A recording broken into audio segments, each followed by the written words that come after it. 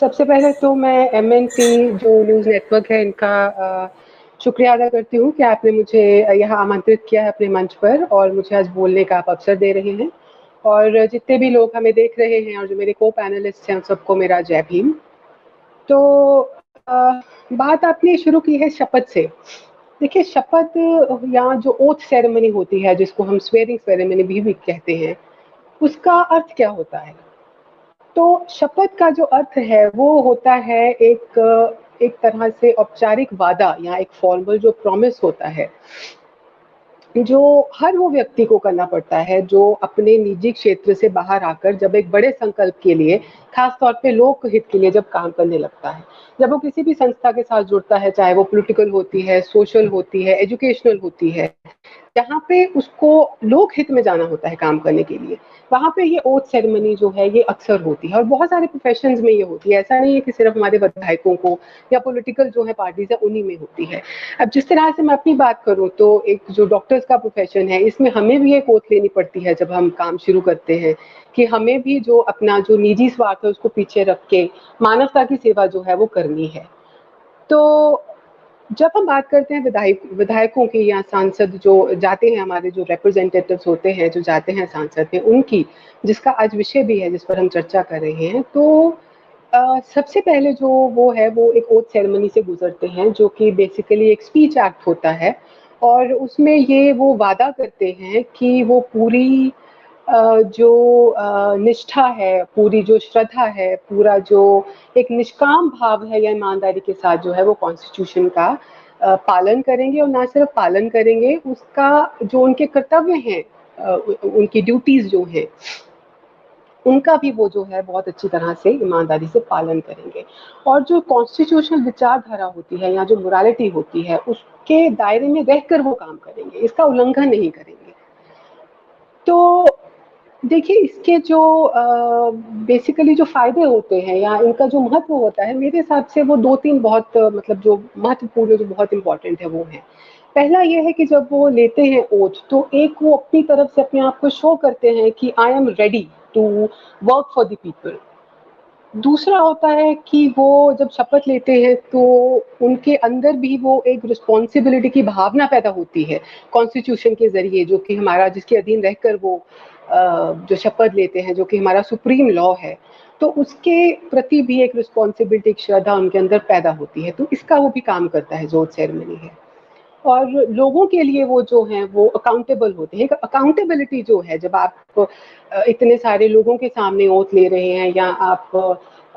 जब वो ओथ का देखिए पब्लिक ब्रॉडकास्ट होता है, जब इतने सारे लोगों के सामने, पूरे ही नेशन के सामने जब आप लेते हैं ओथ, तो वो एक तरह से आपके अंदर डर और रिस्पॉन्सिबिलिटी दोनों पैदा करता है और साथ साथ अकाउंटेबिलिटी। अकाउंटेबिलिटी होता है जवाबदेही। उनके मन में ये हमेशा एक चीज़ वो पैदा करता है कि मैं आगे जो भी अपना जो उसका दायरा है काम का, उसमें जो भी वो उसके जो एक्शंस होंगे, उसके जो बिहेवियर्स होंगे या उसके जो डिसीजंस जो होंगे, वो उनके लिए खुद रिस्पॉन्सिबल है और वो उसके लिए जवाबदेही भी वो करेगा। तो यहाँ पे मेरे ख्याल में जो नागरिक होता है उसके लिए भी ये एक बहुत अच्छा मैसेज उनके लिए भी जाता है कि ये जो रिप्रेजेंटेटिव है, इसको वो अगर वो सही ढंग से काम नहीं करता है तो हमारे पास भी जो है एक ये अधिकार के रूप में आ जाता है कि हम उससे जवाबदेही करें कि भाई तुम ये काम क्यों नहीं कर रहे हो ढंग से, हमने तुम्हें चुना है। तो देखिए जितनी अकाउंटेबिलिटी आएगी तो उतना ही ट्रांसपेरेंसी आता है। ट्रांसपेरेंसी होता है पारदर्शिता आपके काम में, जो मतलब एक चीज़ दिखती है। जैसे हम बाबा साहब की बात करें या बुद्ध की बात करें, उनका जो काम रहा है वो इतना ट्रांसपेरेंट रहा है कि वो दिखता है। किसी भी उनके काम में हम कोई मतलब किंतु-परंतु नहीं कर सकते या कोई लांछन नहीं लगा सकते। तो जो ट्रांसपेरेंसी होती है वो तभी आएगी जब अकाउंटेबिलिटी होती है। तो ये दोनों चीज़ें मुझे लगता है ये बहुत ज़रूरी हैं एक लोकतंत्र को सही मायने में सक्सेसफुल बनाने के लिए। और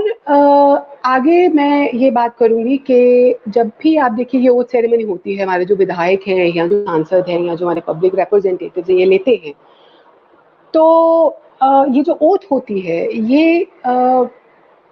इसमें जो शब्दों का इस्तेमाल किया जाता है वो मुझे लगता है बहुत ही सरल होता है और बहुत ही सेक्युलर होता है। बेसिकली हमारा जो संविधान है उसका जो मूल है वो ही सेक्युलरिज्म पे टिका है। तो आप देखिए जब भी ये ओथ होती है उसमें कभी भी जो शब्द हैं उनका धर्मीकरण या उनका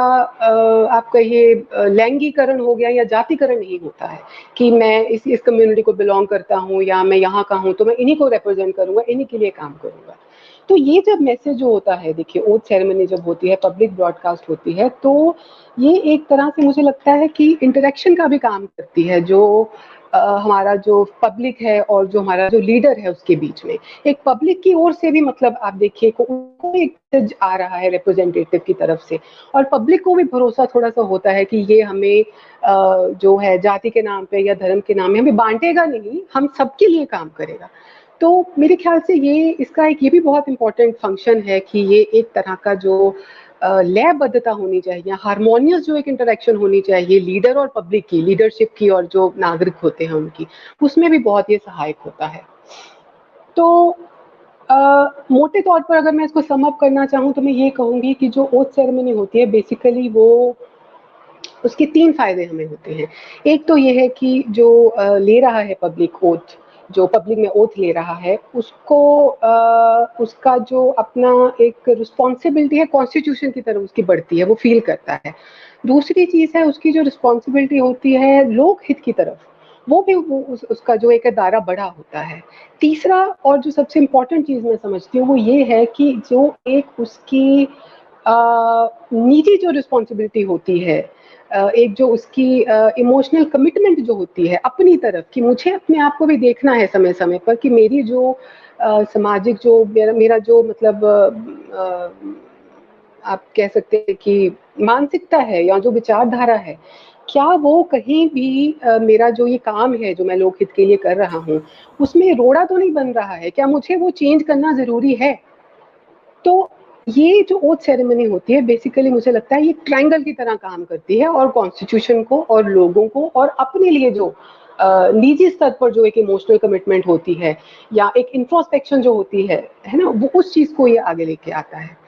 लेकिन बहुत शर्म की बात है कि जो हमारे मोस्टली जो अधिकतम जो ये विधायक हैं या जो सांसद है ये शपथ को का पालन नहीं करते हैं। तो मुझे लगता है कि अगर ये लोग शपथ को हर रोज सोने से पहले पढ़ेंगे तो शायद इनमें थोड़ी सी जो नैतिकता है वो जाग जाए।